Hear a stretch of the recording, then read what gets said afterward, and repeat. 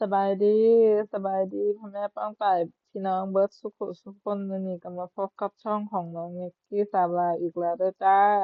มื้อนี้นิกกี้ก็สิมาบอกทุกคนเนาะว่าการที่เราอยู่ไทยนี่เราต้องเข้ามาแบบถูกกฎหมายเนาะถ้าเราเข้ามาแบบผิดกฎหมายก็คือใช้พาสปอร์ตท่องเที่ยวมาแอบเฮ็ดงานเราก็เฮ็ดได้แต่ว่ามื้อใดที่เรา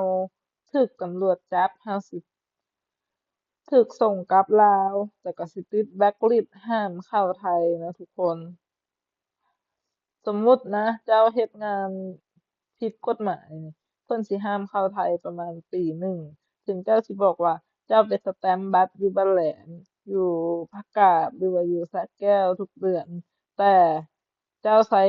พาสปอร์ตใช้วีซาผิดประเภทเนาะ มันบ่แม่นแนวที่เจ้าสิเอามาเฮ็ดงานคนที่มาเฮ็ดงานแล้วเมื่อเจ้า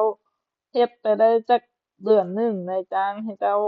ผ่านงานแล้วเจ้าต้องคุยกับนายจ้างเนาะว่าให้เฮ็ด MOU ให้เจ้าเนาะมีวีซาแรงงานที่เขาสิเอิ้นว่า MOU หรือว่าวีซา Non-LA เนาะ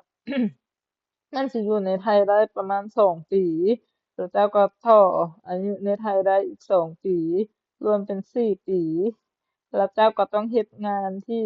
มันบ่ขัดต่อกฎหมายเพิ่นเนาะก็คือเฮ็ดงานที่บ่แม่นอาชีพสงวนสำหรับคนไทย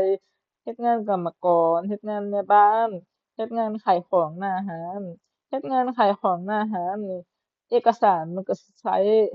หลายกว่างานประเภทอย่างอื่น แต่ว่าเราก็สิเฮ็ดได้หลากหลายกว่าก็คือขายของตามแผงหรือว่าขายของกินขายเครื่องอันนี้เพิ่นก็สิให้เรารับเงินทอนเงินได้บัดเวลามีลูกค้ามาเราก็ขายของได้แต่ถ้าเราลงเป็นประเภทกรรมกรเราก็บ่สามารถไปเฮ็ดงานขายของหน้าร้านได้ถ้าเราเฮ็ดงานขายของหน้าร้านเราก็สิมีความผิด บัตรตำรวจเพิ่นลงมาตำรวจตมตำรวจที่ใส่เครื่องแบบตำรวจมีดาวมีหยังสีชุดสีออกเทาๆเนาะหรือว่ากรมแรงงานมาเราก็มีความผิดเราก็สิถูกจับได้